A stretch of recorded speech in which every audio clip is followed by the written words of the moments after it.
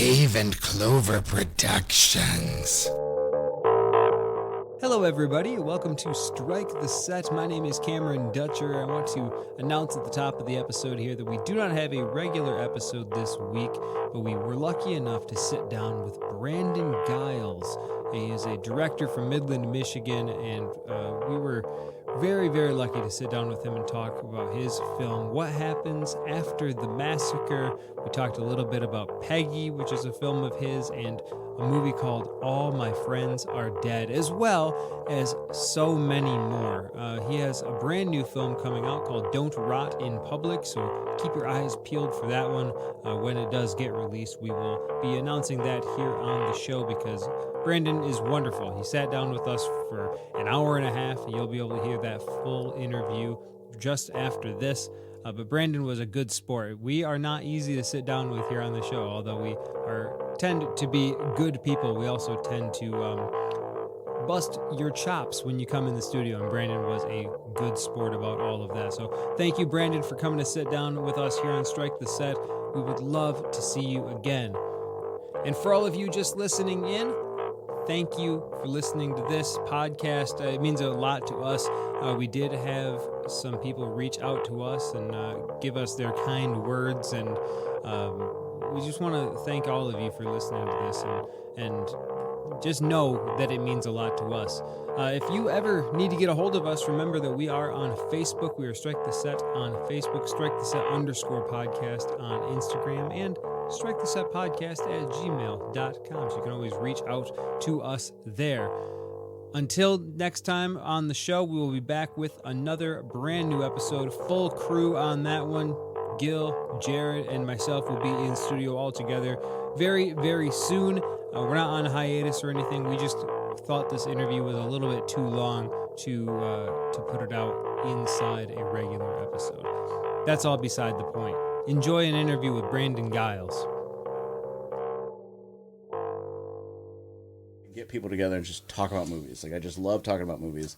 And Cameron's, you're at the radio station. Yeah, I work at 90.1 FM out of Delta College. Oh, right on. And so I was like, man, we should do a podcast. He's like, what would it be about? I said, we just talk about movies, man. So we work at Menards too. So all three of us work at Menards. So we were just chopping it up about movies. Like, we should put this on a podcast. And he's like, oh yeah, maybe. And then like a week later, he's like, we should do a podcast. Yeah. And I was like, absolutely, man. Like, let's just have fun with it.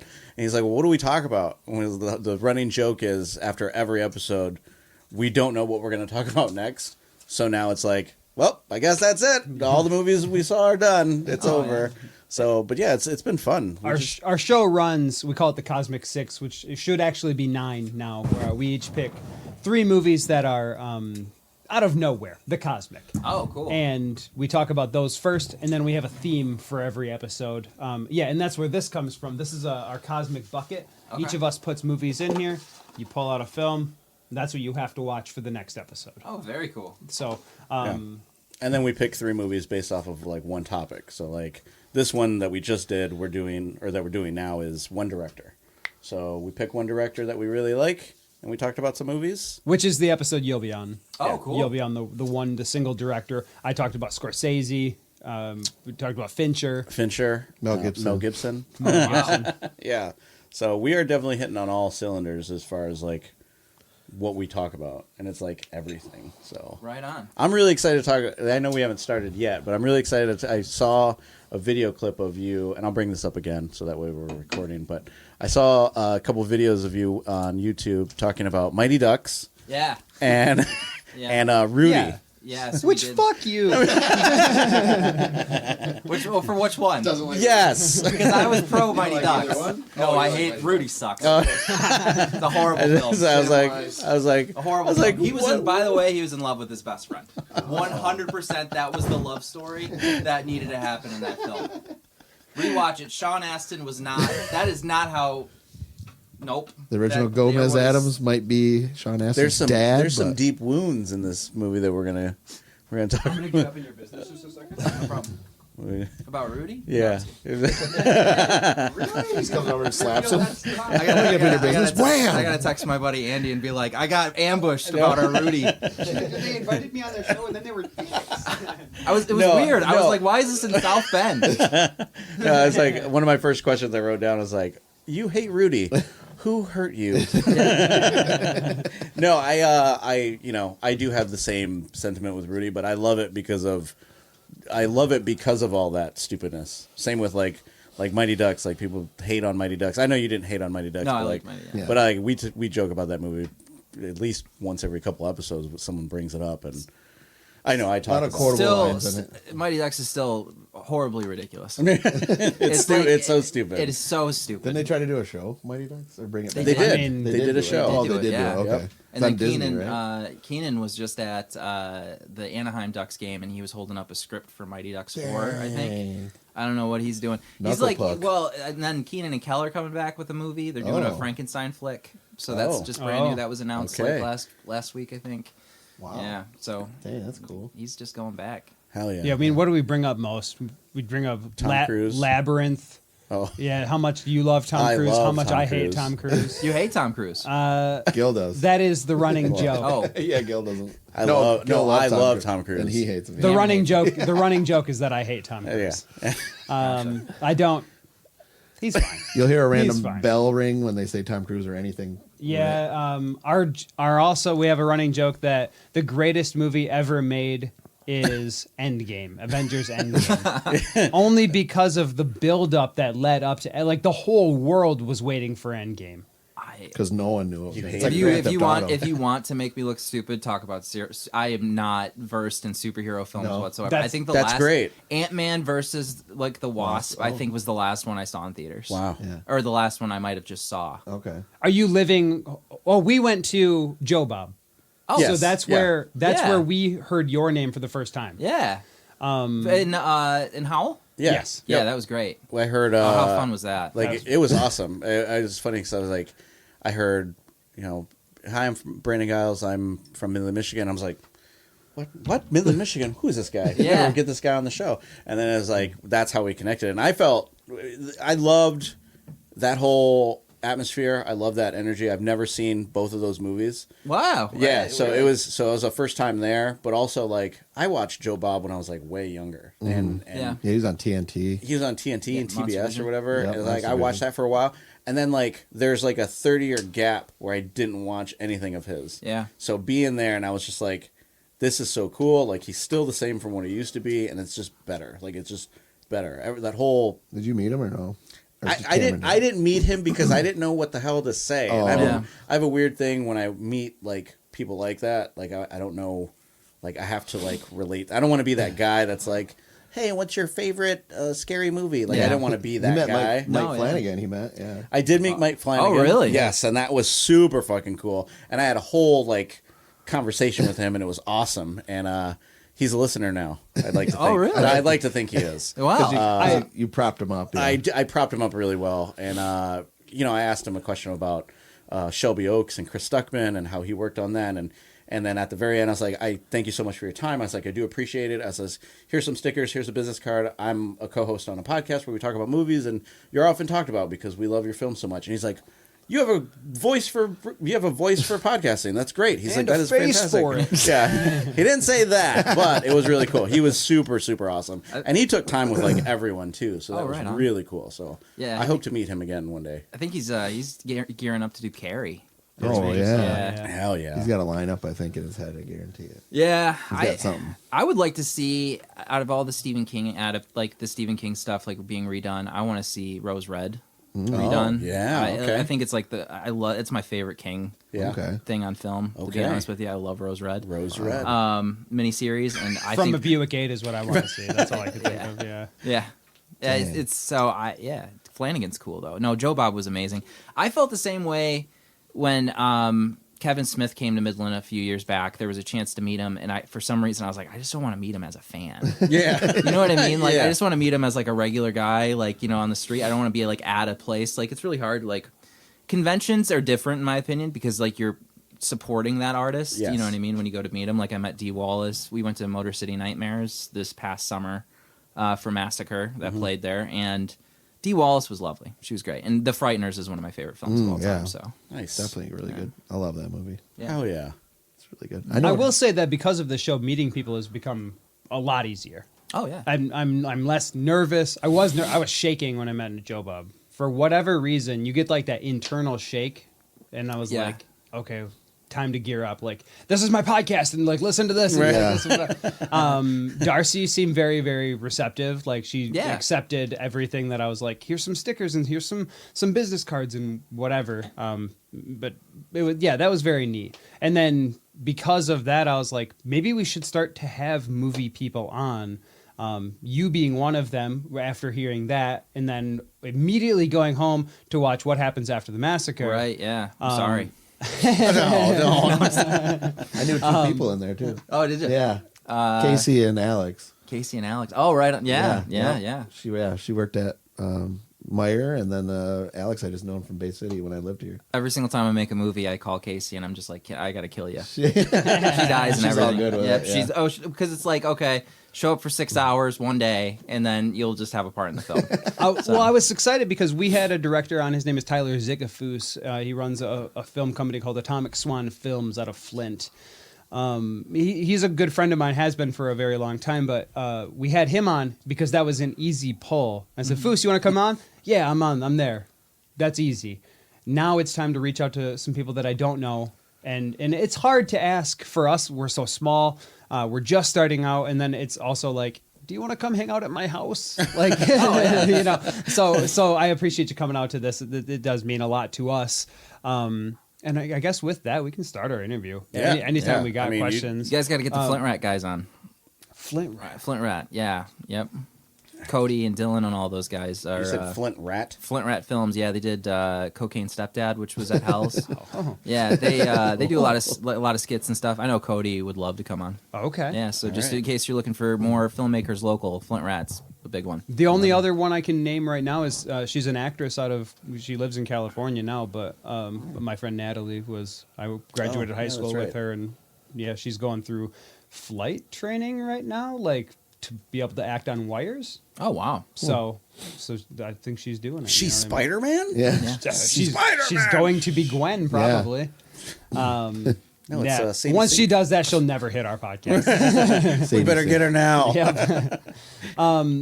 Would dedication in podcasting is key. We all work obviously full-time jobs. A couple of us have kids. One of us is always sick for some reason. You need to drink more water, bud. Dedication is key. Dedication to make a film is way beyond that, I would assume, because you're writing, you're acting, you're directing, you're gathering people. People do not talk about how hard it is to get your cast to be there on the day of filming. Yeah. We have 3 people, okay? It's tough. How many people in a film, and you have to gather those people to get shots on different days, I'm assuming. How long did it take you to make... What was the longest film process, I guess, and what was the shortest? For Massacre, so for What Happens After the Massacre, we got really lucky. A guy on my hockey team was friends with somebody on the board for Camp Fishtails in Pinconning. So pretty much the way that it was, I reached out to numerous camps, YMCA, like everywhere that we could think of in Michigan that would be feasible, and they were either way, way, way too expensive, or they were like, no, not a chance, not at all. So we got into Camp Fishtails. That was the hardest part of the film, because it was like our production budget and value and like how we're doing it is low enough already. We need an actual campground. Like you need like a mess hall. We need like bunks and cabins, and we need like an area to run around in. So thank you, Camp Fishtails, for letting us shoot that there. They never got back to me on if they wanted credit for that. Like just kind of rolled with it. So I'll just give them credit right now for it. But yes, it is extremely difficult. The dedication for gathering people, the way that I like to think of it is like we have our own little troupe. Like there's a lot of actors that I work with again and again, like Dina Danner, Bill Waterman, Bruce Falcon from Bay City has been a part of my film career since the beginning. I think I've seen that guy around. Yeah, and he's in so much, and he loves it. Does commercials, I think too. Yeah, local stuff. Does commercials, local stuff, and there's an amazing troupe of just stage actors and local talent that is very willing to, you know, spend some time out in the woods. So the process for making What Happens After the Massacre, we shot all of the campground scenes in one weekend. So yeah, it took 2 days, like 2 days, 2.5 days. We shot that. And we raised money to rent the camp for those 2.5 days. It was in late April, so it was a gamble if it was even going to look Weather and everything. And you know, it's really funny. So like I love to read reviews of it, and what's funny is that like even the worst reviews don't nitpick like the thing that I hate the most about the film. Like, oh, good, they didn't say what I was thinking. Yeah, so somebody was just like, this was shot on a toaster. This guy never they didn't believe in second takes. This and that. And I'm reading this like multi-paragraph review, Thesis which is paper. scathing review, and he didn't mention that in half the shots there's leaves on the trees and in half the shots there's not. And I was just like, you're paying so much attention that I thought that this was going to be the guy where it's just like, by the way, it was shot in 2 different seasons in Michigan. So because we shot one weekend in late April and then we shot the rest in late May. And so we shot the whole film in like 5 days. Okay. So speaking on that criticism, where you do you get stuck reading a lot of those comments online about your films? I do. I like to read about it, but at the same time, I think John Waters said it, where it's just like if you believe the good, you have to believe the bad.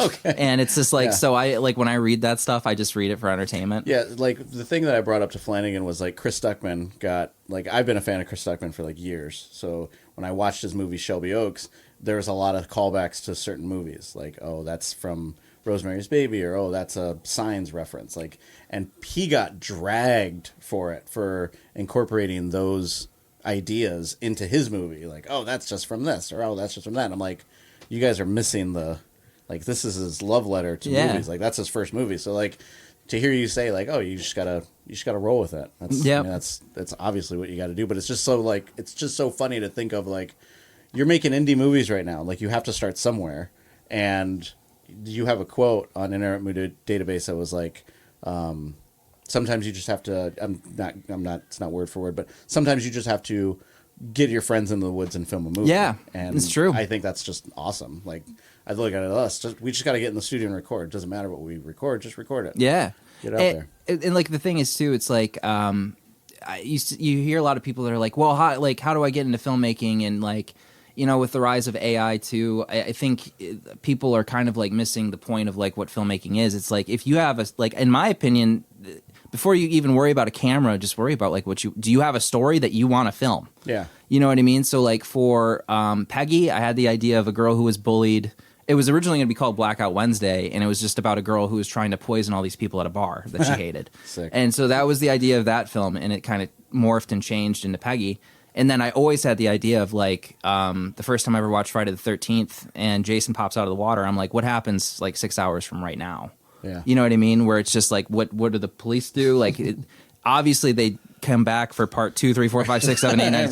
It's just like, so they're still coming back. And I'm like, how funny would it be if this was like in between those sequels? You know what I mean? Right. And it's just those people that show up. So that's the story that Same sheriff coming back and be like, God damn it. Yeah. Again? How is Right. He's the real Jason.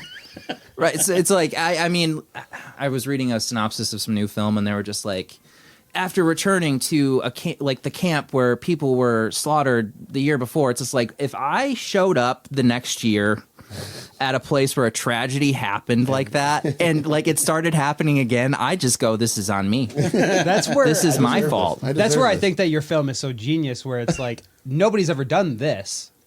Nobody's ever done this. Well, now they have. You did. Well, yeah. But as I'm watching, I was like, you're seeing. I'm seeing a low budget. Yeah. Quite obvious. Oh, yeah. You're seeing a low budget. You're seeing actors who maybe have never acted before. For sure. You're seeing a director who has obviously directed, who knows the shots, who knows what angles to use, what light to use, where you should stand, or what's going to be out of the wind, and what's, and then you see them trying their best, right? Yeah.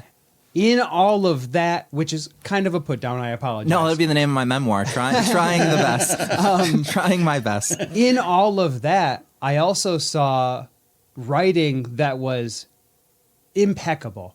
Oh, thanks. was just a we know what this looks like.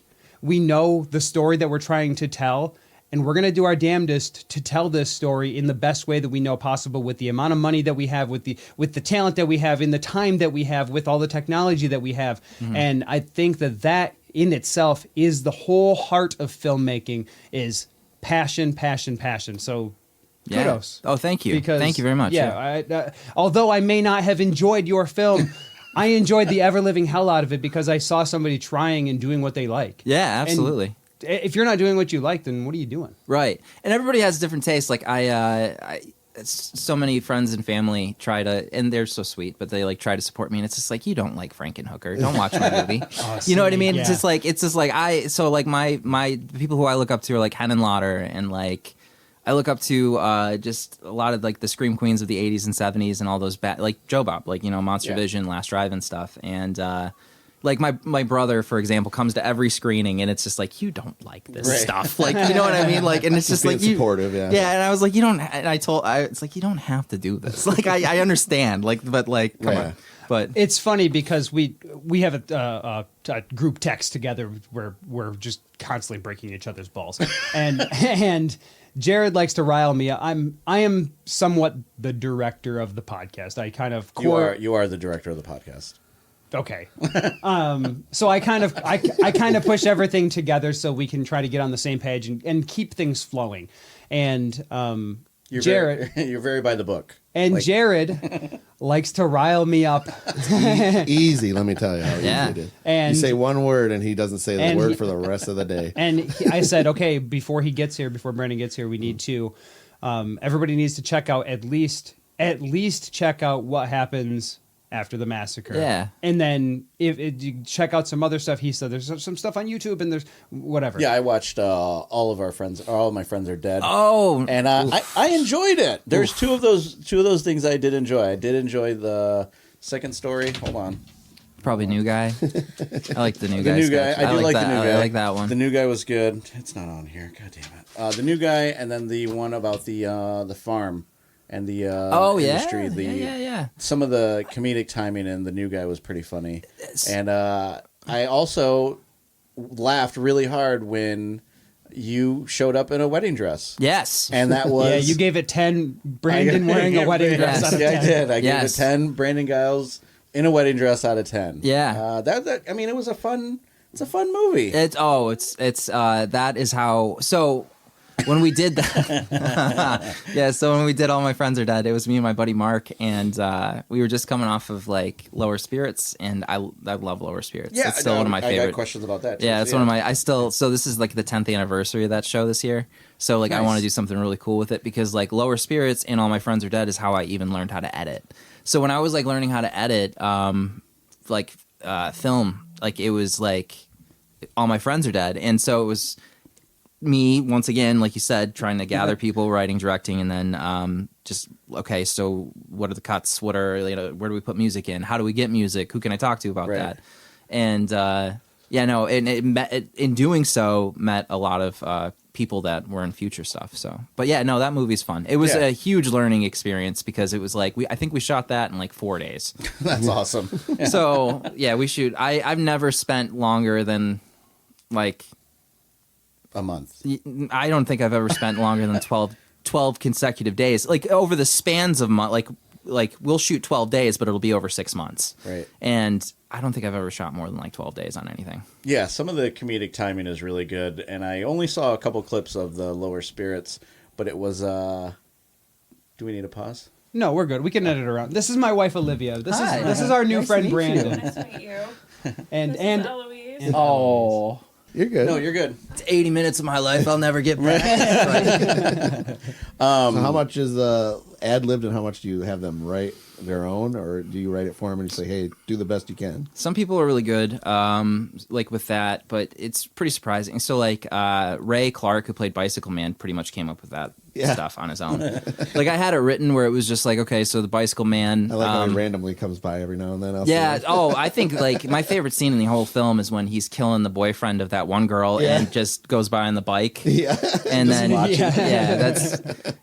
that's the thing too. It's like really hard because like sometimes I'll get down like when I'm I'll watch it and I'll go like, oh, okay, well we did this and this wrong, and then I'm like, but this isn't a serious horror film. Right. I was like, this is fun. This was a fun, horror comedy where it's like, it's difficult sometimes. But. There was a couple times I saw you guys were writing at a table with two counselors or whatever, and then you're getting the map out, and I'm like, he looks like he's like, fuck, this fucking map will come out. Oh yeah, no, that was on purpose. So that was all on purpose. So we did a couple takes of that one, and I pretty much decided I was just like, and that's why like I'll have cause, like we're bored, so it's just like.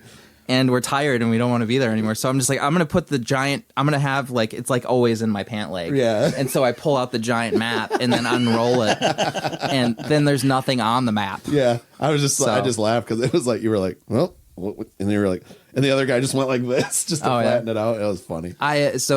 Bruce and Alex were the two hikers walking around, the guy with the British accent. Yeah. And I remember, I forget who now on the cast, but they were like, this has nothing to do with the movie. I was like, have you watched any 80s slasher films? This is exactly what they do. Like the whole paintball subplot of Friday, I forget which Friday it was, but they're just a group of dudes playing paintball in the woods. It's random. Yeah, and it's just like, that's pretty much you're like, where did that come from? And then you're like, the same thing, like this. Yeah. Comes out of nowhere. The dude shoots Jason with a paintball gun.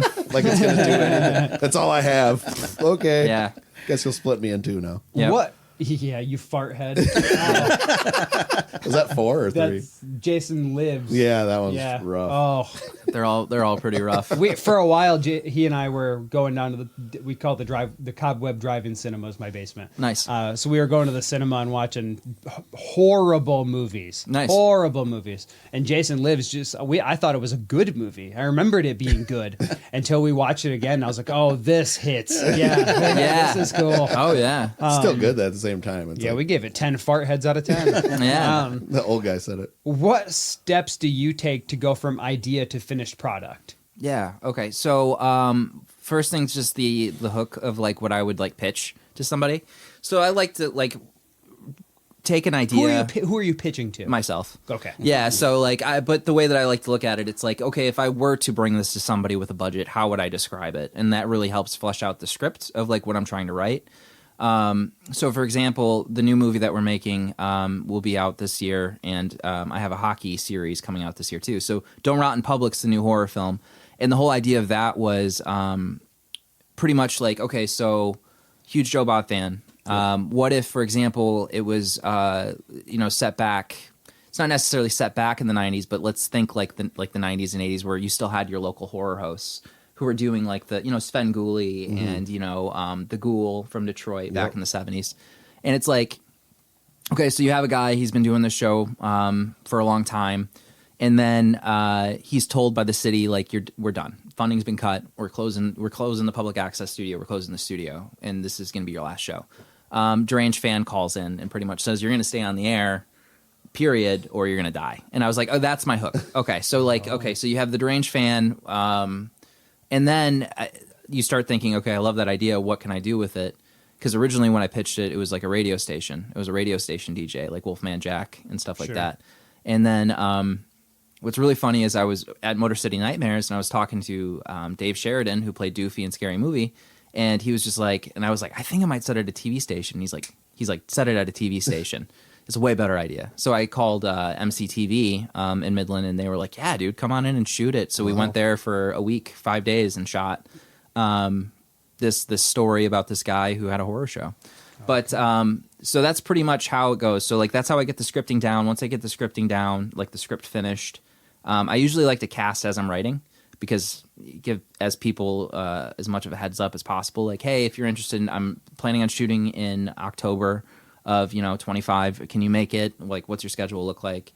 And then once I have it casted, finish the script out, and then just throw everything you can at the wall.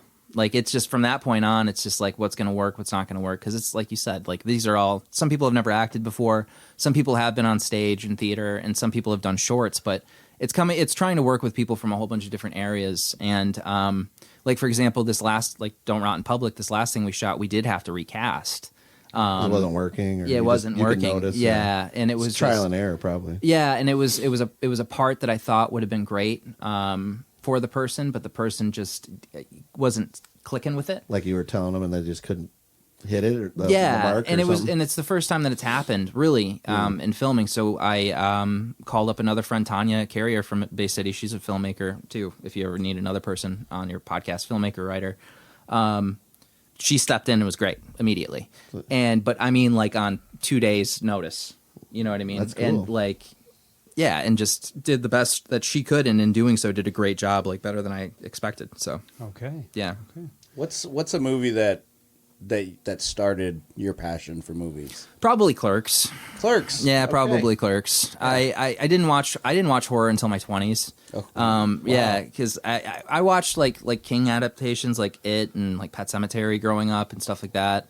Like Rose Red, things like that. But really, when I was in high school, J horror was big. So I thought, if you go see a horror film, it's J horror or Insidious, or I didn't realize that there was a campy, fun side to, the 80s slashers like April Fool's Day and stuff like that. So you found you're more drawn to the campier side. Oh yeah, 100%. Yeah, I love practical effects. I don't care if the blood doesn't look like the right color. Like it's just You're able to take anything and just make it your own, and then it's more bearable too. Yeah. Like I actually find it easier to watch a film with worse acting and worse effects than it is to watch a big budget Insidious 7, The Nun. right. You know what I mean, When or they whatever got- they're on. because they're trying to be perfect. And It's then, it's perfect, and the then when music there is- isn't little things, people are like, I thought this was supposed to be serious, scary. Yeah. And then you're like, what?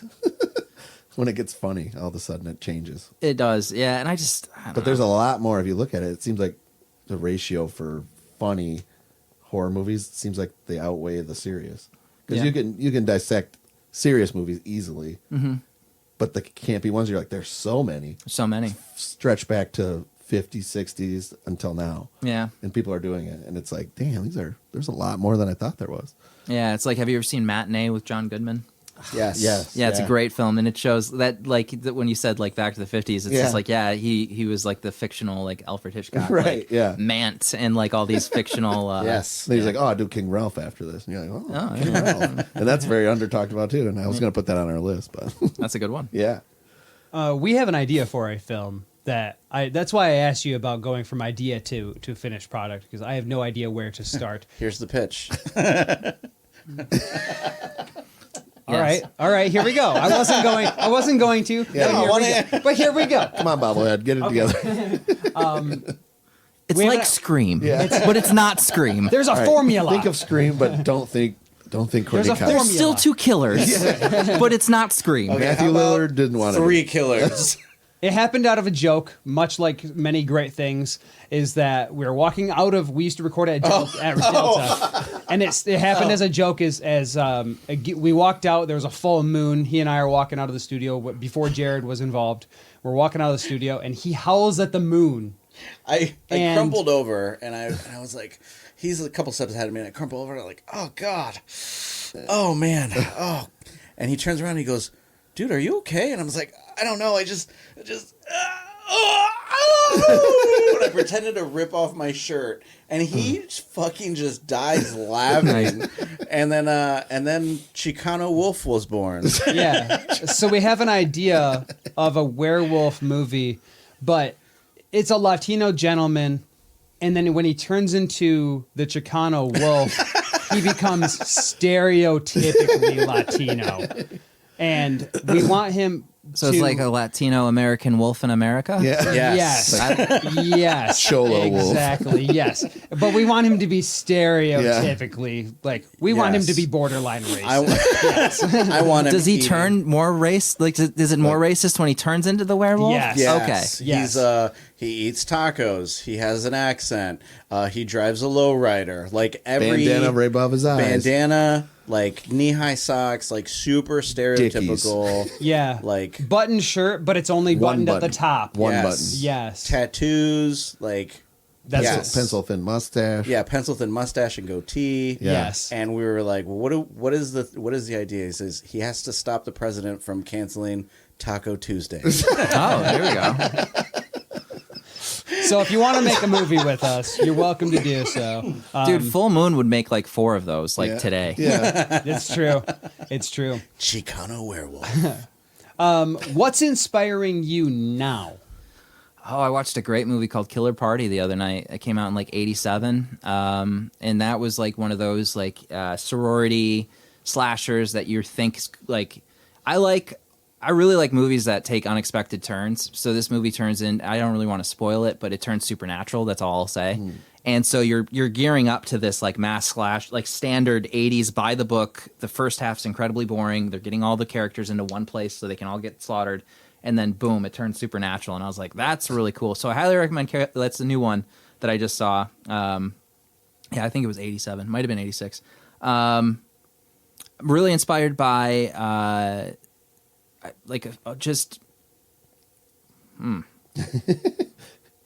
I don't know. That's a good question. Like I random films that I see. My two, like I said, my favorite directors are Henenlotter and Hughes. So John Hughes and Frank Henenlotter are my two favorite directors, which are that's a stark contrast between For the sure. two. So they inspire me a lot, but really too, just like kind of listening to podcasts like this and like seeing other independent filmmakers out there just trying. Anybody and like with the world of, like I mentioned it earlier, but like with the world of like AI evolving, I have a lot of inspiration from people who are not using that, because I just don't really think that that's the point of filmmaking. The point of filmmaking is to reach out to your local theater community and get people who aren't, Be creative. yeah. Yeah. Because it's just like you might cast a woman to play a grandma character. She's 63. She's done plays. She was in high school plays back when she was in high school. And she's always wanted to be in a movie. And even though your set's not like super professional, like that's a dream come true for her too. Yeah. And I think that that's like getting lost in the weeds right now. With the rise of Netflix and with the rise of streaming services, it's made it, easier than ever to get your film out there. But the problem is that I see a lot of directors and a lot of filmmakers thinking that their film has to look and sound like everything else. I have a really hard time watching new horror films because every single time I see a trailer that starts off with a drone shot and a I'm not watching a movie. I'm not going to watch it. So what do you try to interject in yours to make it different from everybody else's? Even though you might take certain films and you're like, oh, I really love the person you're talking about. And then you try to integrate that, but Yeah. not the same exact thing. Really, I like the films that I make are so uniquely like that is just like I don't deviate from the scripts that I write too much. I take those inspirations, but at the same time though, like it's so uniquely like me and the group of people that I Yeah. shoot stuff with. Yeah.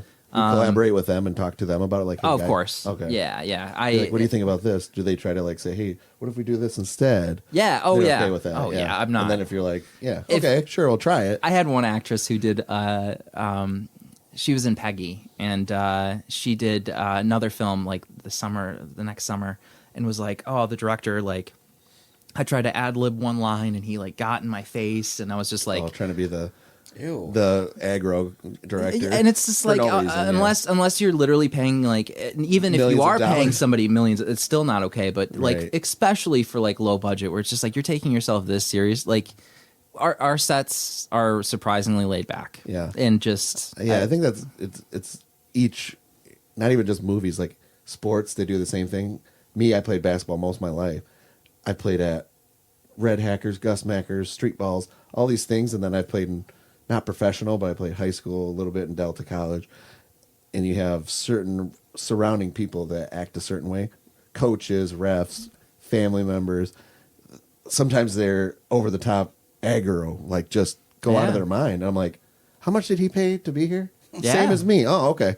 And it's the same thing with movies. It seems like everybody has their own stigmas of this is how it's got to be because this guy was like that, so I got to be a hard ass. Yeah. Or somebody's not laid back because otherwise they think you're soft, and then you're not going to get what you want. And it's like, I think we're all on the same team, literally, to do what you came to do, which is have fun, make something fun that you guys like, and then hopefully other people like it as well. Yeah, and I'm so sick of seeing pretty stuff. Everything's so pretty. Everything, the color correction. Like, by the way, the only review that I would ever hate is if somebody was just like, the color was impeccable. Like, I'd be like, you liar. I'd be like, well, no, even if I had a budget and I hired a colorist, like, I'd be like, hey, they gave you a compliment, but at the same time, they didn't care about anything else besides that it looked nice. Yeah. Like, Put that on a shirt. The color was You're like, man, that wind flow on that leaf, perfect. You're like, you didn't think about anything else? You're the weird kid from American Beauty looking at a plastic bag. right? Yeah. Oh, sorry, go ahead. Nobody's ever using Technicolor anymore, and I miss that. Oh, I miss Technicolor. Technicolor? Oh. Yeah, I like it when they would brag about that at the beginning of the film, where they're just like, hey, by the way, you're in for a treat. This has got color. Guys, Singing in the Rain is one of the prettiest films you've ever seen, and it's not perfect. No, yeah, like a lot of those films, like all my favorite films are not big blockbuster like favorites, and it's not because like I'm sitting here going like, oh, well, I don't like Jurassic Park. Like, no, I'm not saying that or anything. Yeah, you like what you like. Does like any part of you want to make one of those huge, big budget horror movies? So when we did Peggy and we went to Hell's Half Mile, we won Best Made in Michigan film at Hell's Half Mile, and I did a filmmaker panel, and I was sitting next to people who, the guy directly on my right during that panel, he made his film for $500,000. I made Peggy for $500, and so he was probably like, "Fuck." Yeah, and like really, like you're like me. Oh shit! And like I was answering, and I was answering questions like I made the $500,000 film, and I shouldn't have. But at the same time, it probably helps your confidence, though. Sure, of course. But I mean, but you're not like, baby. but you're not taking it over where you're like, fucking A. But he mentioned he was talking to me, and he was just like, "Oh man, what was the hardest shoot that you had to do?" I was like, "Oh well, we shot in a bar, and like we had to like make it look full, even though we didn't have a lot of people." And he was just like, "Oh, the hardest shoot for me was that we had 16 people working lights to do this scene at a church," and I'm like, "Wow!" You're like, I had 16 people in my film, and then you're like thinking, like, "Damn, he's taking all this time and doing that." And he's still... That counted the pizza guy that dropped the food off. That counted him too. Yeah, so I wouldn't know. I would love, of course, I would love to make like a bigger budget project, but like, I feel like that'd be more pressure. You think? I mean, on yourself. Probably. But at the same time too, it's just like I don't. If somebody comes up to me and they're just like, "Hey, how's it going? I'm the grip for today," I'd be like, "Okay, let me Google grip." Your name's still Steve, right? Yeah. All right, cool, I'm the Steve. best boy, and I just didn't know what you wanted me to do. And it's just like, oh, okay. He's like, "Here's your coffee." What? Could we make and like I even when we're on set too, it's like I'm not a camera nerd. I was gonna ask you what cameras you used. Yeah. So we shot Massacre with just like an entry level mirrorless DSLR, just like a Canon M50, not fancy at all. I just got for the new film a Canon C100 Mark II, which came out in like 2016. Okay. But it's just I really have always liked that camera. Yeah. Was there a drone one for the car scene? I've seen a lot of them like going down the road. Yeah, just a DJI. That's what I was looking at. Mavic. Yeah. Just a Mavic Mini. Like we didn't shoot with anything fancy, and I had a friend of mine try to get me to rent a really nice camera. But for me, it's like the flexibility of just being able to go, because once again, the hardest part about independent filmmaking, you brought it up earlier, was getting people together. Mm-hmm. You know what I mean? At the same time. At the same time. So it's just like my biggest fear is like, okay, we shoot 30% of a movie, and then an actress is like, I'm done. I can't. Yeah. Sure. I'm moving. Now what do I do? Yeah. Because you gotta always be on your toes to figure out what the next move is. Yeah. Like, how do we incorporate the character, or how do we kill her off, or what? You recast her and pretend nothing ever. Yeah, right. And right. then you're like, oh, With it's just the like the same leaves. person, and then you just make that person. Okay, she's in half of the movie, and then You're like, the new person is. It's like Michael J. Fox didn't come until later, and then they shot the whole movie with what was that guy's name from Eric The Mask? Stoltz. Yeah, Yeah. I was like, wow. Yeah, and so surprisingly enough, like Rose Red, I just rewatched it this year, and I always wondered the professor in that show. Like he's running around the woods, but they never show him die. They never show him anything. You're like, what the hell happened to him? He died. Oh, he did During filming. Oh, literally during died. filming. Yeah. Wow. And I was like, I always wanted to know, because like there was no conclusion to that. Like, it was except just- him as a ghost at the very end. So you're like, oh, that's the And- homage to him, then, eh? Yeah, but like there was no death scene. So Like, you- oh, he was so you killed did- off camera. Wow. And I was like, for a Stephen King miniseries that had a $35 million budget, that seems like a big oversight. Right. So Wow. Yeah, and some people probably wouldn't even catch that either. They like, depending on the recollection of watching, you're like, wait a minute, what happened to that guy? did he even die? What the hell happened? You're like, but then you go rewatch it, and they're like, holy shit, he is gone. But Yeah. why? Yeah. And then I think David Dukes was his name. Oh, yeah? I'm pretty sure. the guy that played the character? The professor guy, yeah. But yeah, so that's a big worry, is just making sure everybody shows up. But yeah, I guess that's adaptability when when you're making a movie, I guess you got to plan for the unexpected. you just have to be comfortable with it being crap. Yeah. You know what I mean? Like if you Let it like, ride. I love it. Crap, let it ride. Oh yeah, because like that's the thing too. It's like one of my favorite films of all time. It's probably my favorite film is The Cable Guy, and it gets shit yeah. on a lot. and but whenever I love that movie too. whenever I feel bad, I go and I read the 1-star reviews on Letterboxd for that movie, and just like, this should have ruined Jim Carrey's career. Ben Stiller should never direct anything ever again. This They're makes insane. no sense. And it's like, in my opinion, it is the perfect parody film. So good. It's, if you were a fan of the 90s thrillers films and like the 80s, like The Babysitter from Hell, or like the other, like the Cheating Spouse from Hell, like all those From Hell films that they were doing. Yeah. It's The Cable Guy from Hell, and it's just hilarious. It's one of the funniest films. It's phenomenal. I love that movie. Hell I think yeah. I talked about it a few times. We have. Yeah. Yeah. Most definitely. Dang. If you are starting your writing process, how long does it take you think, to write a film? Probably always different, huh? I think like I not very long. I don't really do second drafts of things. Okay. The only time I've ever done a second draft of something was I had somebody interested in Massacre as like, we want to remake it. Can you send me your script? And it was somebody that could have actually remade it and had a budget. And so I punched and I went back and I was just like, okay. So I looked at my script and I write on a free software called Trelby. It's available on Windows. Highly recommend Trelby. Free to use. It's all tab buttons, so like it goes to your action and dialogue super easy. It saves your characters and everything. Separates everything. Yeah, and it's free, 100% Wow. free. So Trelby, awesome. So that's the only time I ever went back and rewrote it, because I punched it up and I fixed like spelling errors, and like I wrote higher descriptions and better scene, like interior, cabin, night.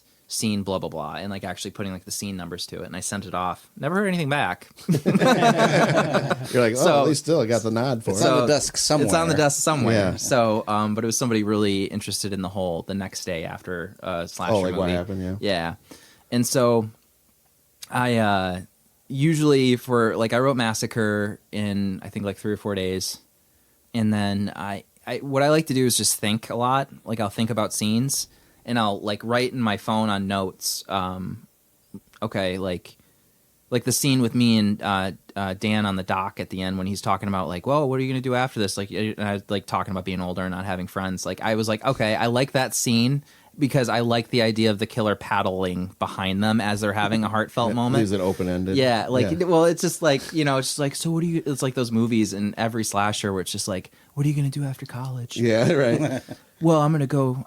My dad wants me to work at the factory. Yeah. You know what I mean? And then all of a sudden this other thing, like the hand comes up. And you're yeah, and so for this, I was just like, we're gonna put him on a kayak, and he's just gonna slowly kayak by him as they're having a heartfelt moment.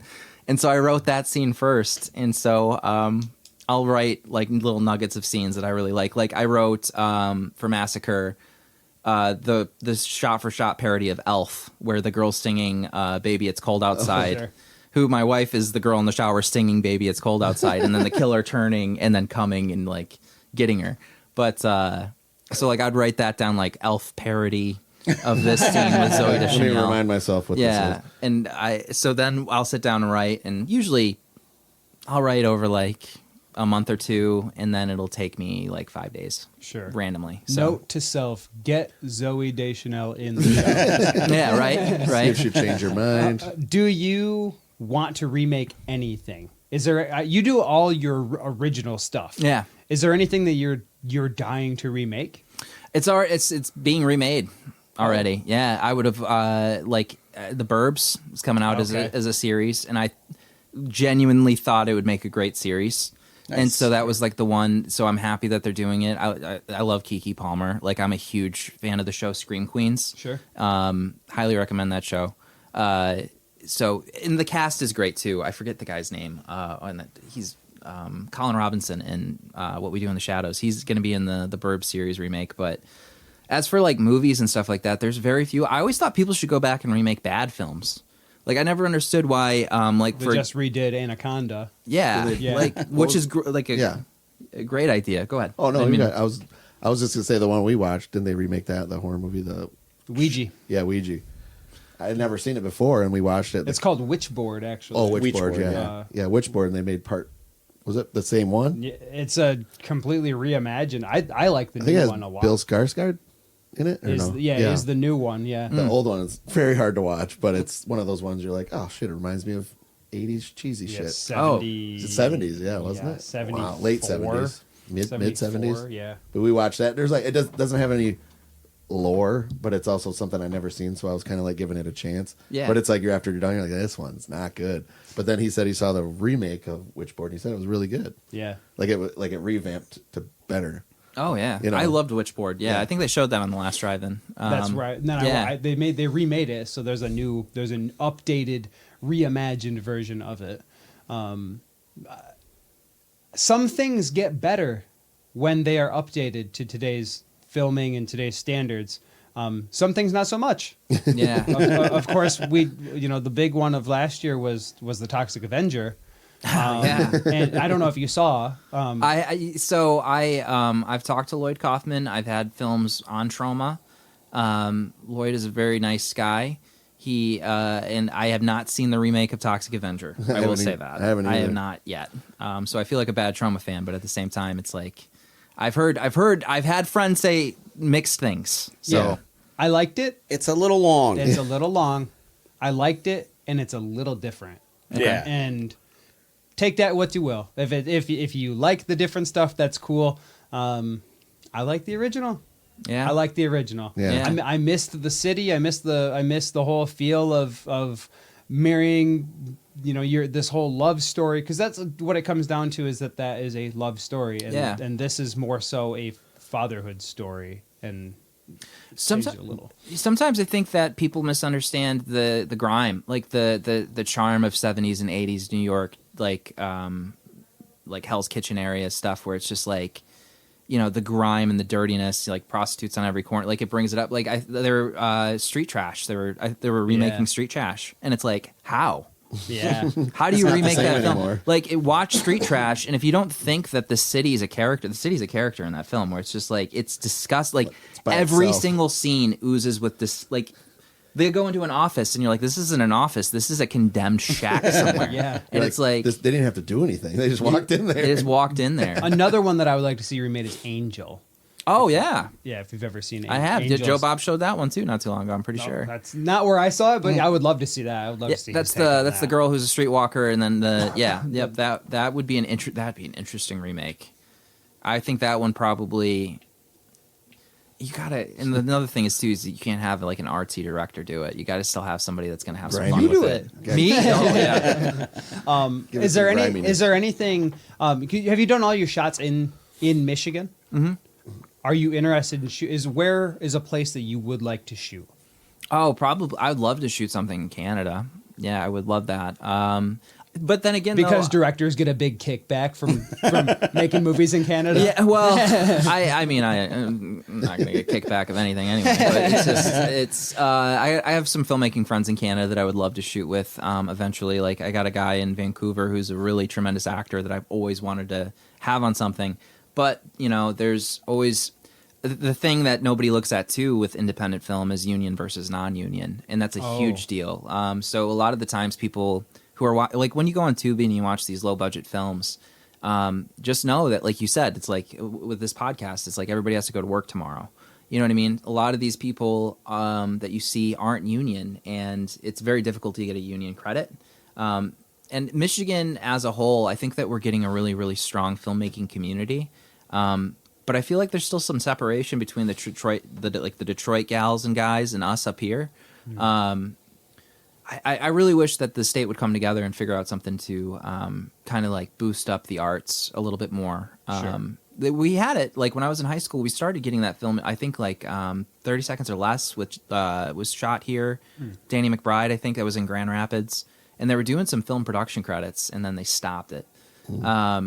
But the only way to get your union card is to work on a project that's union, and it's just like, how do you even? You gotta have somebody in there. Yeah. So like a lot of my friends in Canada, like I begged them. I was just like, please, I'd love to have you even do a voiceover, like as a caller or something for this new movie I'm doing because people are calling in, and it's to the point where it's like if they found out, like the Canadian, board of actors, the guild, Actors Guild found out he did it. It's a Probably never. the card revoked. Yeah, you can't work on non-union stuff. Damn. So Got to be real careful. and like when I went to Motor City Nightmares and like talking to some of the guys, like the actors and people, they're like, "Oh, I'd love to, your movie's playing here. I'd love to be in a movie. Here's my card, and call my manager. It's union, right?" And I'm just like, "Oh yeah, it's union." And like I walk away. No, it's not. But like at the same time, it's like I'm not gonna call him because it's like I wouldn't waste his time. I talked to Deborah Foreman from April Fool's Day and Valley Girl. Sure. And I really wanted her to be in What Happens After the Massacre. And I wanted her to play Sheila, the co-camp owner. And it's just unrealistic. You know what I mean? Because it's just like, once again, like the first the first thing is like, I love the idea. What's the scale and what's the like what's the pay scale, how many days, and union production ? And it's like you always get stuck. So when you make independent film, you do have to find those people in your community that like. But then Sam Raimi with Evil Dead, like Bruce Campbell, and like being from Michigan, yeah, it's like he's been in Bay City many times. Yeah, that's probably another one of my biggest inspiration. I really think that like. Because you asked earlier, Clerks is probably it. Because it was the first time that like anybody was ever like, you don't have to have. Nobody in that film was famous. Nobody like. It was the classic case of selling your comic book collection, maxing out your credit cards, and making a movie. Right. And to this day, it's like whenever somebody rips on Kevin Smith, it's still the point of like, no, like he still did that. Like that inspired. He could have just did that, and still would be remembered to this day. Right. You know what I mean? So. Jay and Silent Bob Strike Back is excellent. I used to hate Kevin Smith. Why? Because this was okay. I was a different person back then. You're from California, we get it. No, it was I'm from Bay City, nerd. No, he made a comment about a movie, and he was like, "Oh, well, a movie he made," and I think it was Geely. I don't know. With Moose Ben Jaws. Ben Affleck. Yeah, he Jennifer made Lopez? a movie, and his comment was, "Well, we don't make movies for critics, right?" And I thought that was like the biggest thumb nose in the air, and for a while that really bothered me. Yeah. And I was like, "Fuck Kevin Smith."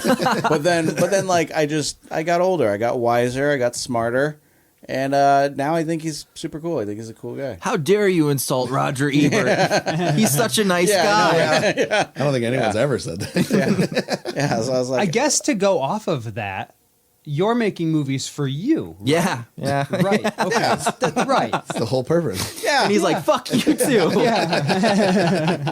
Take you along the journey. I'll remember that next time. You're making movies for yourself, huh? That doesn't fly here, Bucko Brown. You mentioned movies that start with the drone shot. That makes me think about the technology and looking at all the stuff that I've watched from you. What is something... Are there any shots that you've seen in other films that you want to emulate?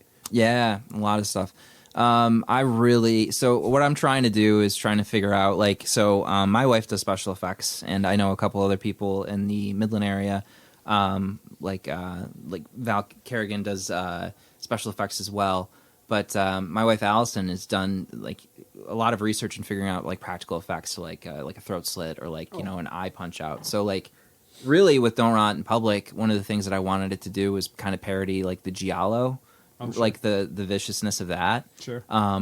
Which is really funny I because love Suspiria. Oh Continue. yeah, like Argento and Bava and all those guys. Brava, whatever. Bava, yeah.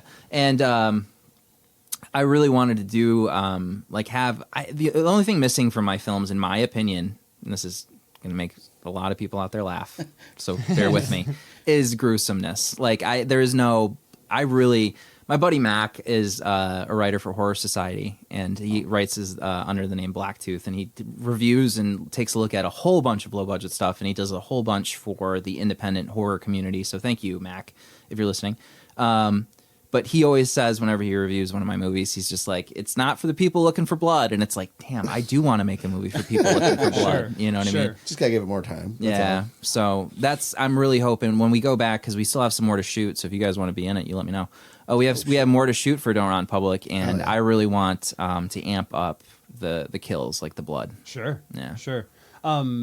If you want it, I have the original recipe for Guar's blood bag. Yeah, absolutely. Yes. I'll take a look for it and I'll text you. Perfect. So in your filmmaking, have you ever thought about using your drone shots? And have you done that? Have you done work with drones? Oh, for yeah. cameras and whatnot. There's Absolutely. a few in the movie. Yeah.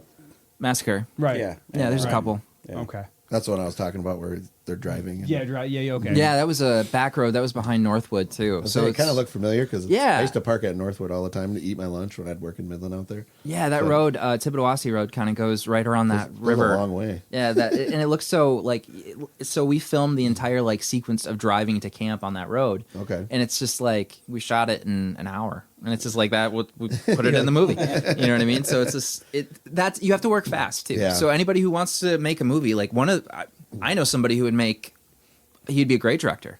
He'll never make a movie. Just because. I won't say his name. He is not only talented with the camera, he's one of the most brilliant editors I've ever met. I doubt he would allow himself to do something that wasn't perfect. Takes too long. So he would be like, oh, okay, we were shooting in this room right now. Nope, too overcast. We're not getting enough light. We're canceling set. We'll have to do this a different day. Because you have those people that love the perfection Just of it. anal of everything, And yeah. for me, it's just like, hey, you showed up. Well, it's supposed to be 6 a.m., but the sun's setting. We can make it work. It's still kind of bright in here. Yeah. There's a family that makes films. They made a movie called Hellbender. I think that was their first film. They are the Addams family.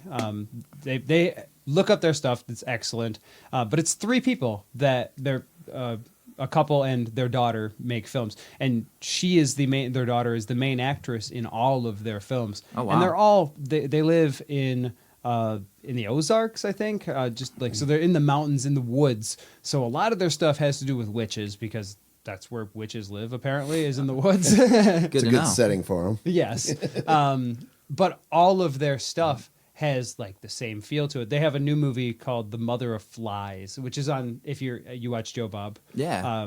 Which is on Shudder. Oh, right on. And I recommend it. You should Wow. definitely check Okay. it out. So family of three, and they're getting films on Making Shudder. these movies. I've heard of Hellbender. Yeah, Hellbender's fantastic. I've heard as of well. that. That's their first one. They've got The Deeper You Dig is another one. But either way, it's three people making films. And I think she had two friends come over, and there was a scene at a pool party, and it's very, very neat. And I drew from that. I kind of was like, why don't we do something if they can make a movie with three people? Yeah. We can definitely do a podcast. Let's do. Yeah, this, you can do, and that's the thing. It's anybody can do. It's so weird. And that's what I just disagree with. I'm just not an AI guy. I'm not with it with filmmaking. I know. Was it Darren Aronofsky? Is that how you pronounce it? Yes. Aronofsky, Yeah, Aronof. Yeah, It's hard. he just did a short film that was completely AI, and it's just I don't understand. Just pick up your phone and that's one thing that Kevin Smith did say. He was just like, dude, it was much harder when I first made or as Kevin Smith would say, I do agree. Sometimes when he talks, it's annoying. I'm with you, because he'll be like, bro, when I made my first flick, I really do. I like him now. he calls movies flicks. He's just like, when I made my first flick, it's like, everybody knows you're cool. All right. You get it, Dave Navarro. Yeah, we get it. So, but he'll talk about it's kids, you just pull out your phone, man. There's your camera, and it's just everything's all set. And he's like, it's right though. You don't need. Right. You can pick up lapel mics or a whole bunch of stuff, and you make a kit out of your phone. And it'll shoot 4K, 24 frames per second. So, Sure. A lot of movies are doing that too now. Yeah. Putting a bunch of cameras together from phones and then just shooting. Yeah, that What was a one war movie? Was it or no? No, there's a movie out there that I can't think of that I They really strapped liked. a bunch of. I think Stranger Things did There's a that. horror movie. A guy chomping through the woods. Oh, What's was that movie that called? evil, like the lurking, like the guy Yeah, from the the- killer's perspective? In a violent nature. In a violent And- nature. yeah, Oh, yeah. violent. Yeah. Oh, it's got one of the best kill scenes Oh, where dude, it was so with good. the head stab and pulls it through her guts. Yeah, Follows Oh, that was beauty. so cool. Beauty. So gross. Yeah, Yeah. it was. See, I want to do that. What's a movie that you've seen recently that everyone loved but you just didn't vibe with? Oh, I don't know. What if did Kevin every- Smith do I last? don't know if everybody I don't know if everybody loved it, but I thought it was like the worst movie I've seen K-pop Demon Hunters. in I get it. 20 years. Twisters. Oh, Twisters. Glenn- Yeah, the only thing missing from Twisters was Vin Diesel showing up in a Charger Oh, that would have been and then so taking sick. on the tornado himself. Oh, that would have been We so had awesome. hard-ons over it for a little while. It's Oh. because of what's his face in it? Powell. But Glenn Powell, man. Glenn Powell in the rain with his white T-shirt. At the very end when he like drills into the parking lot in front of the airport, which is domestic terrorism. And it's just like How would he Gotta get away hunker with that? down, dude. Yeah, Like, dude, you gotta. We got to figure out if we can shoot fireworks into this tornado. that movie sucked so bad. And I went to the theater to see it, and it was the worst experience ever. And if I so I had a dude next to me in flip flops pull his take his feet out of his flip flops and put it on gross. on the back of the chair. Like, this is the type of people that come here. Had middle aged Eating couple popcorn. who had to have been on their first date because the dude was wearing so much cologne. All of my senses were violated and offended at that film. You need to Hated it double worse. down and just like take a bite out of his toes. The wicked, what is it? Wicked, the Wicked. Good, Would play the trailer played, and that same couple. It was don don don don Oz, and then he leans over and he says, "What?" Theater's quiet, and he's just like, "That's the Wizard of Oz." And I just I was like, I'm fucking done. You're like, no shit. Okay, so maybe it wasn't the movie; it was the Experience. the experience. That No, it was the movie too. That movie sucks. I didn't see it. Thank God. It was in the The theaters- original one's great. It was in theaters for like 9 months, and No I was way. like, "What?" It was. What? It really It was. was. Ugh. They had Yeah. a long theatrical run. It was stupid. It was at Bay City for like ever. Part of what got this podcast started was when we saw Gladiator 2. Oh and yeah, Electric Boogaloo. Yes. And Jared. Creator of shit talking about this movie. Yes, Yeah. we talked about like we both really. I saw it twice. As soon as they said I love it, I go, you fucking fakes. You liars. And he was like, I don't know, man, right? And I was like, dude, just go see it. Like, I really liked did, it. Gil yeah. liked it. And he went to see it. And the first thing he texted us was, where did they get the fucking sharks? Yeah. And Not so- historically accurate. And then they keep trying to screenshot me things that, yeah, it did happen. They could do it. They're trying to give me bullshit so the reasons. whole now we always say that Jared doesn't like movies because he goes, yeah, this doesn't happen. And I was like, it's a movie. Do you believe everything you see on screen? So my favorite thing about Twisters was the fact that every 15 minutes there was a scene where a small town in Oklahoma or wherever the fuck they were, Always Oklahoma. wherever the fuck they were, there was always like they were doing something like a sock hop or a baseball game. And they don't have cell phones that have weather tracking at all. So they're all caught by surprise. Secret tornadoes. And it's every 20 minutes there's a scene with a little girl dropping a teddy bear or a person Ice cream cone. a person at bat drops the bat slowly and goes wide-eyed to the sky. And I'm sitting there every 20 minutes watching this, and like people in the theater are like, They're so stupid to the facts. he hits the baseball. It's a home run It's gone. into an F5 tornado. So it didn't really count. And he's not running the base, and then the umpire like takes off his mask. He's like, and then wind, lots of wind. It's slow motion. Oh god, There I love is it. I there is love a it. great scene in there where the Twister sucks out the movie theater Oh, screen. we're good, by the way. Okay, cool. The Twister pulls the screen out of the theater, man, it's like the And- first one. but we talked about it. We talked about it here on the show about that being the whole point of this, right? Is that streaming is pulling movies out of the theater and putting them into your homes. Yeah, it was right? poetic. Yeah, it's poetic. Oh my It's god. not very Poetic Where did the sharks come from then? They still can't tell me. Twister. Great. Brandon and Jared are best friends now. See, Twister. I'm just honest. Twister is like a metaphor for Great movie. being Netflix. I love Twister. Right. Original. So Twisters is Bill Paxton's a fucking legend. So Netflix. Hi, I'm Brandon. I don't watch any movies past 2008. Here's what he does. This is what he does. No, it's true. Everyone's packed theater. We're excited to watch a new movie, and then here comes Netflix, which is the tornado. And Netflix comes in and destroys it and says, "No." You I need will to go say home. they have done good with big IP. I mean, we Da-da-da-da-da-da. we definitely talk about a lot of Netflix movies. First bell ring. The main character isn't Glenn Powell's like he's an influencer, right? Like a streamer. That's even worse. So it's like, what's that then? Yeah. You're doing exactly what this is. I do like that we bring people on the show, right? Yeah. And then we shit on them while they're here. You're one of us now. Yeah, Yeah. the first thing they teach you I went to broadcasting school. The first thing that No they, flex. the first thing they teach you is that when you bring people in as guests, be nice. Oh. And I was like, fuck that. Yeah, why- Dude, if I'm bringing you on the show, like, you're my friend. I would have been weird. That would have weirded me out. Just being all like only saying good things and being, oh man, hey, whatever you say. Yeah, Yeah. I don't like to pump my own tires, but like, I would recommend my film, What Happens After the Massacre, over Twisters. You're right. I would recommend that. Yeah. If somebody was just like, it's a toss up, I'd be like, well, you're gonna have a bad time either way. My film's shorter, so watch that one. What are you looking at as a release date for? I'm sorry, I almost said The Dead Don't Die. That's not it. Don't Rot in Public. Yeah, Don't Rot in that's Public. May. Okay. We're looking May. at. Yeah, so Okay, so we'll this will be out in a couple of weeks, but a couple of weeks after that is yeah. Doomsday. Yep. So they yes. and then we're doing a series called Five for Fighting, which is about a beer league hockey team. Okay.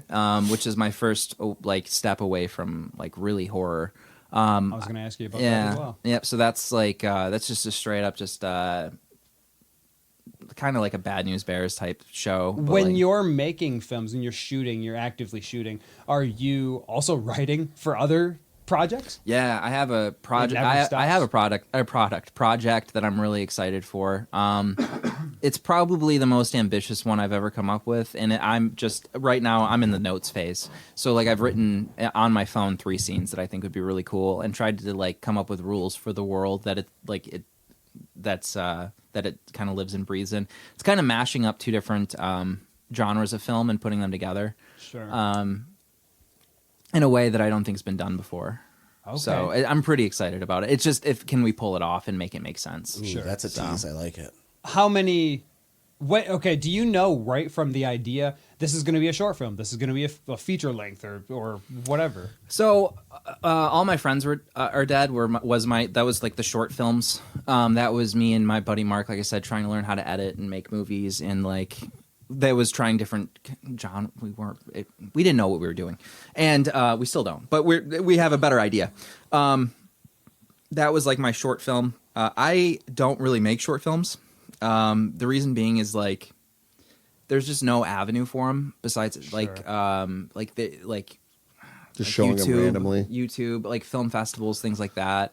Some ideas are best as shorts. I will agree. Like, some things could be 35 minutes. But once again, though, if you make a 35-minute film, unless you put it on like Venimo, what is it? Like, there's YouTube. There's the other. What is the other one? I can't think of it. Twitch?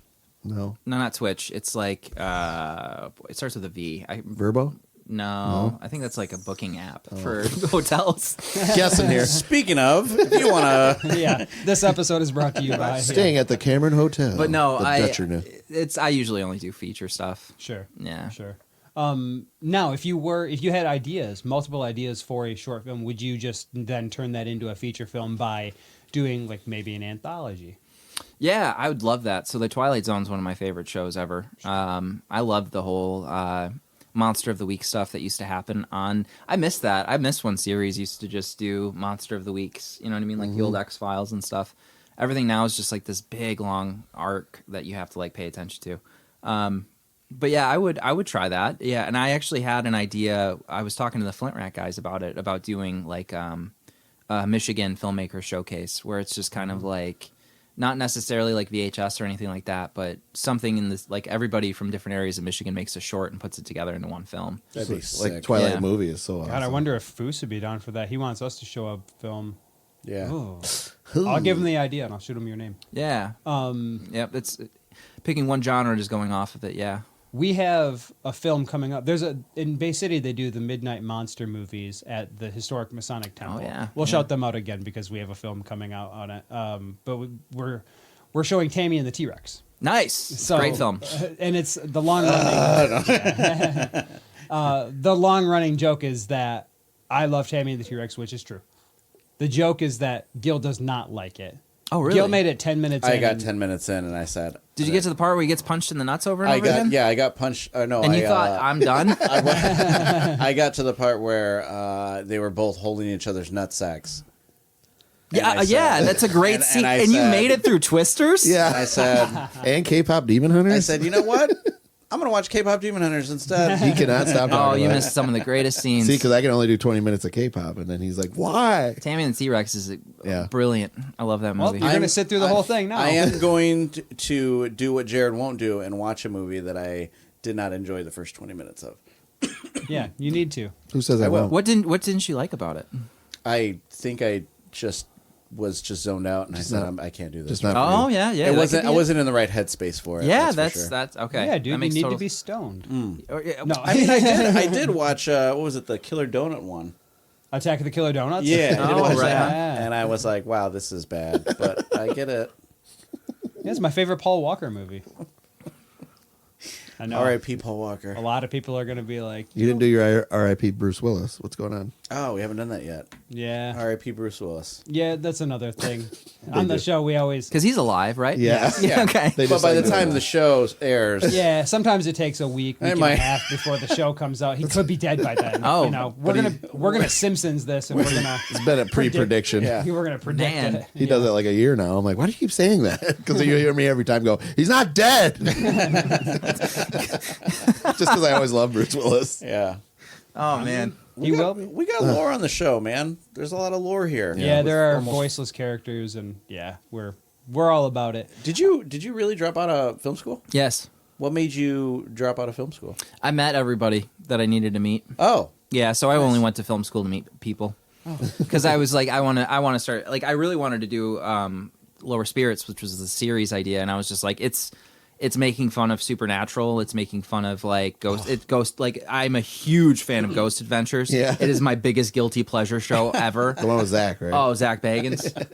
I never believed in ghosts until I the- came face to face Is- with one. is I he the love one that He's like show. the buckle. is he the one that's always like, "Did you guys hear that?" And then like immediately I don't know, yelling. bro.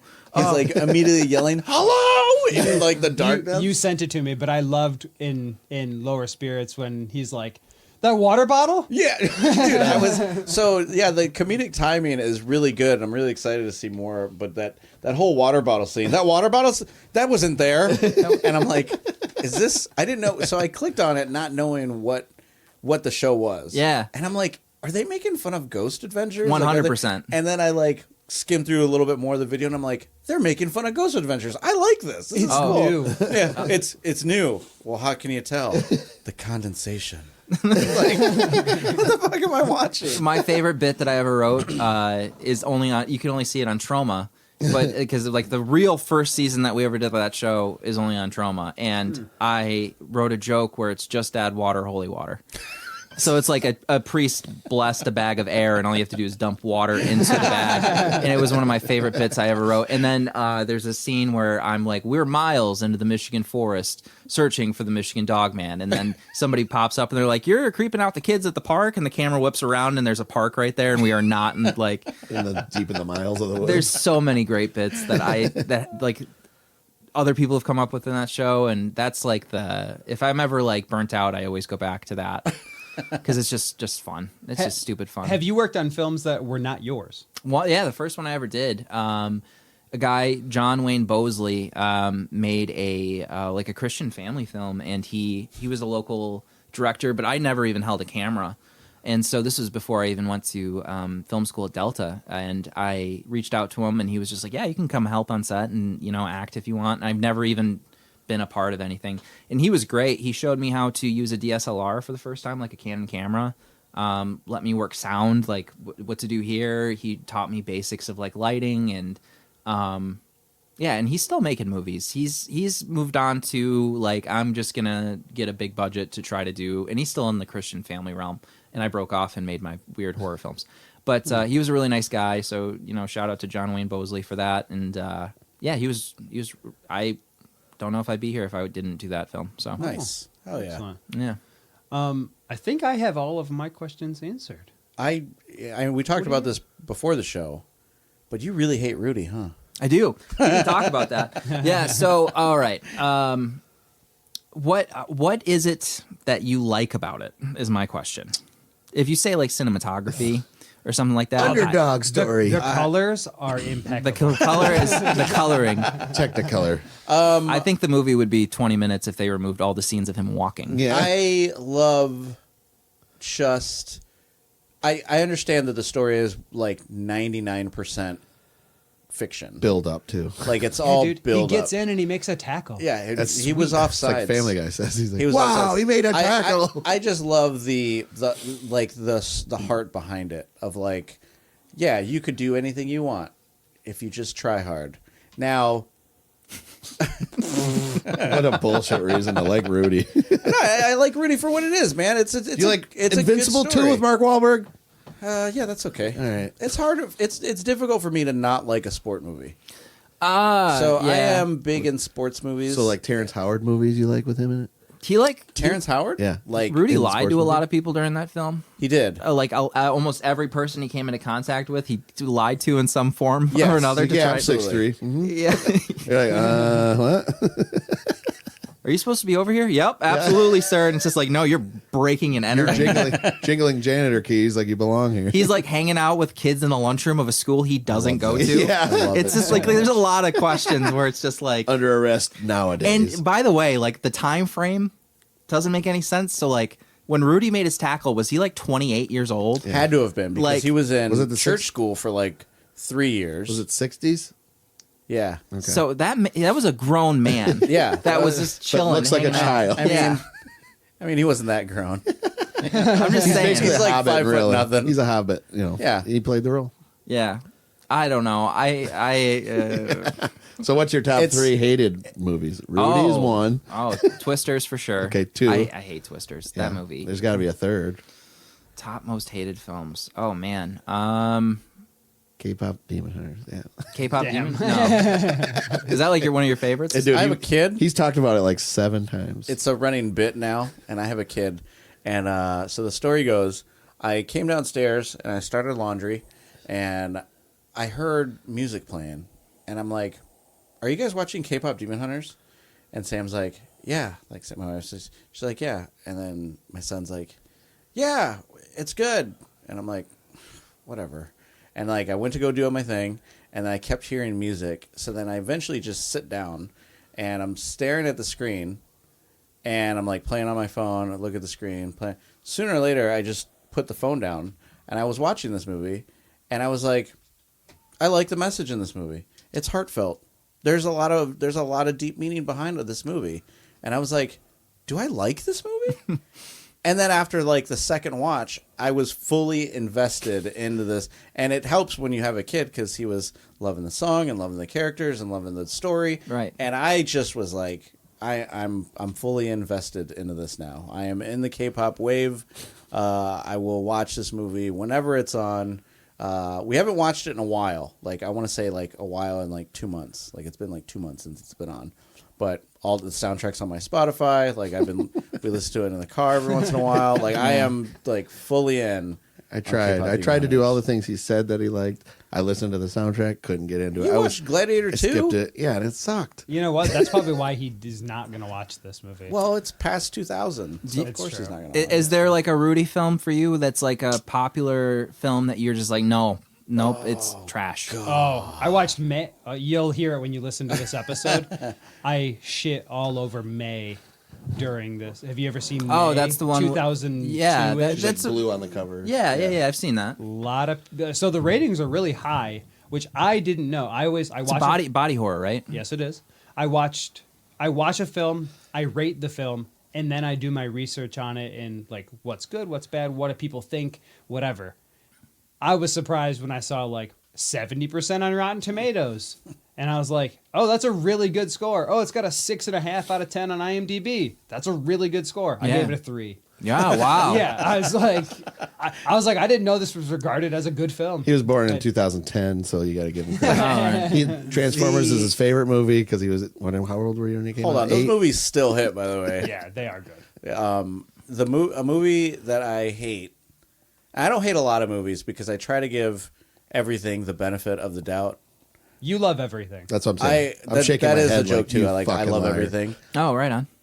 But when I watched, I Know What You Did Last Summer, Like the the first one? second one, The remake. the remake, The remake. Terrible. I was fucking livid after watching that movie, and I was so pissed and I was so angry because the whole movie, the ending is all of it is terrible. Watch him But get fired up. the fucking girls on the end, they're having dinner after surviving this attack, and one of them says, "You know, all this is because of a man, and all he needed was therapy."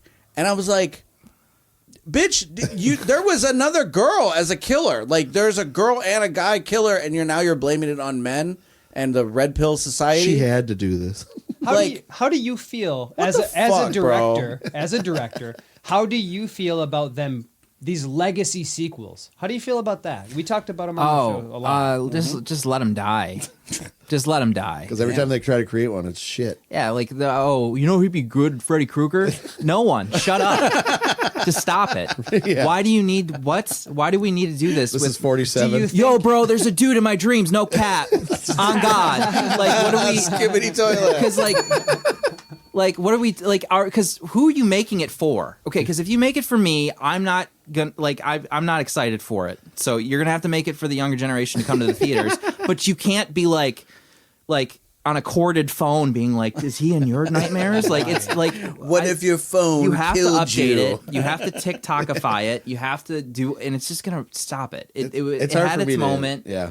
That's why it's hard for me to like future movies. That's why they give me shit. Because all the past ones I like felt more real, Right. even if it was corny. Rose-tinted glasses on. It's and I don't know. Like once again, remake some stuff. Like I think there's a few franchises where you can easily just keep doing them. Final Destination, keep making them. That's fine. What do you? Everybody knows what those movies are, and you can kill people Yeah, in and the last creative one ways. it gave you more of a story behind it. I was like, they're finally giving more of a. How long has this shit been going on? But like Halloween, going off of Flanagan, I think that he did fine with the Yes. Halloween remakes. Yep. Because that was Flanagan, yeah. Did That it? did the Halloween. No, Rob Zombie. Rob Zombie. Rob Zombie. Zombie. No, I'm talking about Wait. the most recent ones that just came out. I don't know who If did that only one. we had technology to figure it out. Yeah. Let's figure this out. Yeah. Continue talking while But yeah, the Halloween remakes were the first one that came out was fine. Halloween Kills and Halloween Ends. Yeah, the whole Very much flipped the evil script. dies tonight. And Yeah. it's just Very, like what, very much. Who is flipped it? The script. Oh, I couldn't stand that movie. Oh, no. God, I hate that movie so much. The whole Evil Dies Tonight thing, and I can't stand that fucking movie. And my friend Brian, shout out to Brian, longtime listener Brian, what's up? He always texts me every once in a while, Evil Dies Tonight. And I was like, get the fuck out of my text messages right now. No, it doesn't look like he's done any Halloween So who's the movies. one that did it? I think. Oh man, I can't believe I'm. Was that Halloween Ends? That's the one. Yeah, I'm drawing a blank on his name. Damn. Osgood Perkins. Osgood. No. Yeah, It's, David Gordon Green. David Gordon David Green. Gordon yeah, Green. Yeah, long time. Yeah, he was on The Last Drive-In too. David Gordon Green. But yeah. Oh no, that's because Flanagan does the Stephen King stuff. That's Yeah. right. But It's okay. Did you see Shelby Sorry, Oaks? Flanagan. what's that? Did you see Shelby Oaks? I have not. Oh man, you got to check that. Is one. it good? I think it's pretty damn good. Yeah? For his He was first time mentioned- being a horror movie, yeah. Yeah. I thought it was great. What was I that? thought it was What was fun. that one he did early last year? I'm sorry. Who? Flanagan. He did. Life of He had a Life series of on Chuck. Netflix too, right? Did he? Life of Flanagan? Chuck. Life of Chuck Oh, they rave about that one. Life of of Chuck. I still haven't seen that. was probably one of my favorite movies from last year. I still cry just thinking about it. I mean, I cry at everything. That's Yeah, that's the thing. I cry at Oh, everything. dude. Okay, no wonder you love Rudy. And All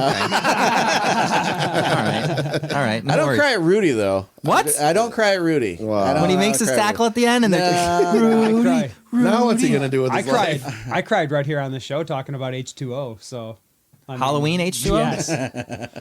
How much I love Ask him that. why. How much I love that movie. why do you love Halloween H2O so much? LL Cool J. Why in did a you smut cry? book. He's not my favorite, but that is cool. I was writing a porno. It though. is so cool. Yeah. He's writing a porno. He was writing. He was writing a porno. It's been a while since I've watched the water version of Halloween. Yeah, H2O. That we hate the dumb mask and the eyebrows. Oh. But we love H2O. Yeah. Oh, is it Paul Rudd's in the Curse of Michael Myers? That's the one where he's. Oh, yeah. He's like, there's a cult bringing him back. When Paul Rudd was being more serious back then. Yeah, and He did more serious roles, I think. I, Other than Clueless. But. Do you have any aspiration to do anything out? Well, yeah, you're going to do a hockey movie. yeah, we're doing a hockey show. Tell me about that. Yeah, so it's called Five for Fighting. Pretty much the plot is dude gets divorced. He plays on a beer league hockey team. It's his only outlet. And then he finds out that his ex is on the same team as him. So they pretty much... So like Ladybugs. Yeah, kind of. I love Ladybugs. Oh, with Rodney Dangerfield? Yeah. You're probably the only person in my life that's ever brought I that love movie up. Ladybugs. Period. I can't believe I haven't talked about it. When he gets thrown out of the bar, when he's talking about... Well, you can along tell with me your these problems, two. pal. Yeah. Yeah, that's... Jonathan Brandis. Jonathan R.I.P. Brandis, R.I.P. Yeah. Yeah, I can't believe he... You know, I know, it's wild. Just imagine what he would have been in. I can't believe you guys just became best friends. saving. If I want to know what would have Hearts happened, War. You That's call what it me was. Nighthawk. if his scenes weren't cut from Saving Private Ryan, I wonder if he would. Oh, he was in that? Yeah, that's why that thought it was- untimely led to his suicide. Really? Yeah. Oh, so because he was supposed to be in He that. was supposed to make a huge comeback in that film, and then they let him know that all of his scenes were cut, and so that attributed so to it's their his fault. suicide. Steven Spielberg is the murderer. That's why you don't edit your films. I do. Because you don't want. I'm just kidding. I do. No, I'll cut. I'll cut your ass out. Cut out of the I'm cutting you right now. Sort of God. Yeah, because I think in Hearts War he was supposed to have more lines, and he was just sitting in the trial in the little camp, and then that was it. And I was Yeah. like, oh, What do you think is the longest process of filmmaking? Definitely the editing, because it's just so. For example, like with Massacre, there was a scene. There was a couple scenes where like sound didn't get clicked on, so it's just like, you know, you're going through and you're trying to like piece together. You're So recording this, right? sound didn't get clicked on. Ah, shit, the lens was on. The lens was on. all audio. There's like, we'll have like the cinematographer.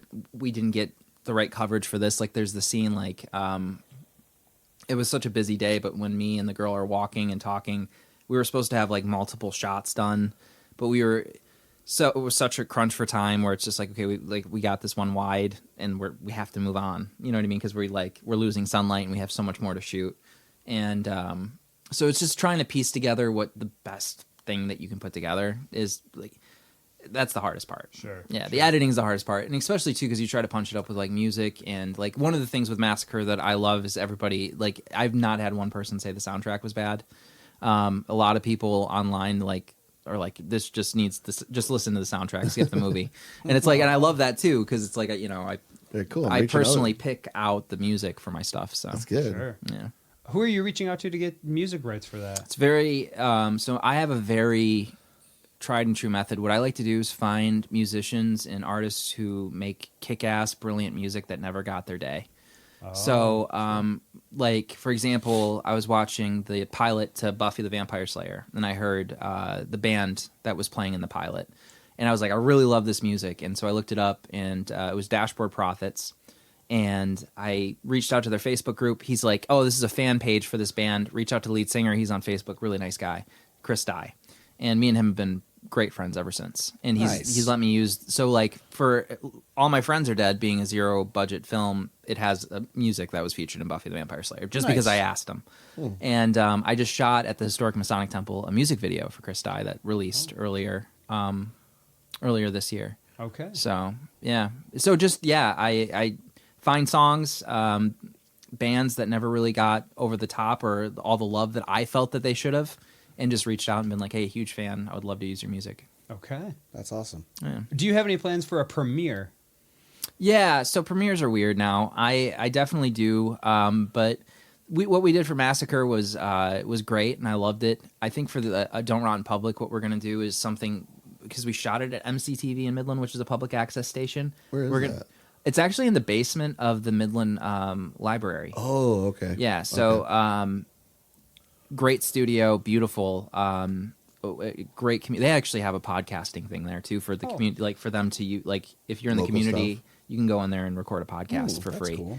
And Write that down. YouTube, Yeah. YouTube. and so I'm going to do something with them and do like a premiere in conjunction with them. So they're going to be getting the money from it anyway. So we raised like close to $2,000 for the film, bought all the effects and props that I needed, and then we ended up making like a $1,400 donation to the station. And then that's awesome. the first 2 showings for the tickets are just going directly to them as well for whatever they need. It's awesome. I love public access television, so it's kind of like a love letter to that too. Sure. Well, thanks, man. Yes. Thanks for coming out. No, this was a blast. I know yeah. the drive was, we know the Sketch. roads were not, sketch at best. Oh, I mean, in these times with Bruce Willis and all that, I mean, it's been R.I.P. It's just been a rough time. Yeah. So, a lot to think about on that drive. Yeah, for sure. And You're going to be driving home and be like, how did they get sharks in that Coliseum? Right? I Googled it. You can't. how did Rudy get sharks in there? Anyway, thank you for coming out to this. It means a lot to us to have this. You're the first director we've had. on Oh, cool. the Yeah. show. So Nice. So that's a milestone for us, and I hope they. Foos is director. Oh, that's true. You're the second director. You know what?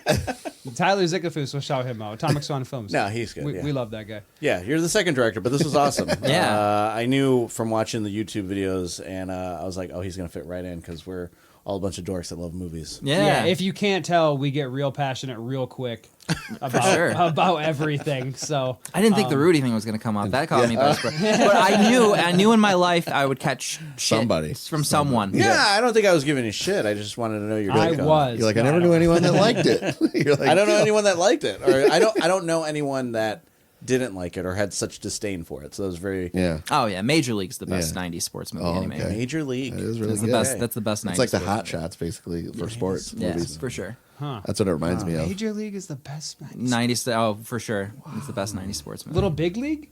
Ooh, Little Big League. That's- Rookie of the Year. Rookie. Yeah. That is Roll, good. win, go. Sandlot. What's the one with Icebox? That's Little Giants. Little is great. Giants? That's really Little good. Giants too. is those Major are all League great. is good though. Major League's it though. A League of Their Own. Kingpin? Kingpin. Oh well, yeah, that is a bowling film. Oh well, He got game? Blackballed. Oh, I don't know. man. Kingpin's one The of my. program? Kingpin's great. What, did you just bring up the paintball movie? Okay, you're the only person in my life that I've ever heard mention that. We're gonna skip on the cinematic masterpiece of Brink. Oh, Brink's great. The roller rink? Oh my. Brink's great. Yeah. Brink's Oh my great. God. Who's in that? You want to one? just come back and do a regular episode? Brink's friends are pieces of shit. Because like honestly, if my friend was like, my dad's out of work and we might lose the house, and I was just like, how dare you make money for them? That's not fucking soul skating. I don't give a shit if your family can't eat breakfast. Too bad. You're not in the friend group anymore. Happy Gilmore. Oh, Oh, Yeah, it's a sports movie. he's gonna keep going. I'm just gonna bury it. Yeah. Either way, He'll text you now. What? I'm just 3 weeks from now I'm gonna text you a list of sports movies. You're really gonna pass bottom. up this? the bottom will be Major League. It's gonna be a polo movie or Yeah. a water polo. What about Seabiscuit? Yeah. It's like that's 2003, bud. It's like I don't even I don't know. what year it was. Secretariat was really good. Secretariat. It's really good. You should watch it. I don't think I can watch horse films. Secretariat, dude. Sarah Give it a Jessica try. Parker films. Yeah,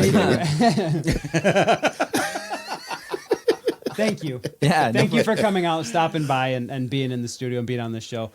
We will end our interview, and we'll stop making fun of you for now. Thanks for coming out. My name is Cameron, Gil, Jared, Brandon. Yes. Brandon Guiles. Yes. Go check out when it comes out in May. Yeah. Go check out Don't Rot in Public. for now, you can check out some things on.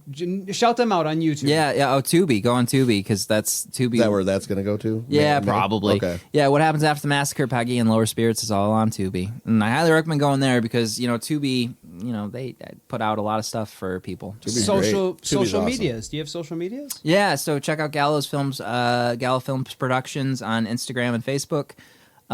We usually post updates and stuff there. Yeah. Thanks. Thank you. Thank you for hanging out. Thank you for having me. Strike the Set is a Cave and Clover production, powered by popcorn and powerful filmmaking.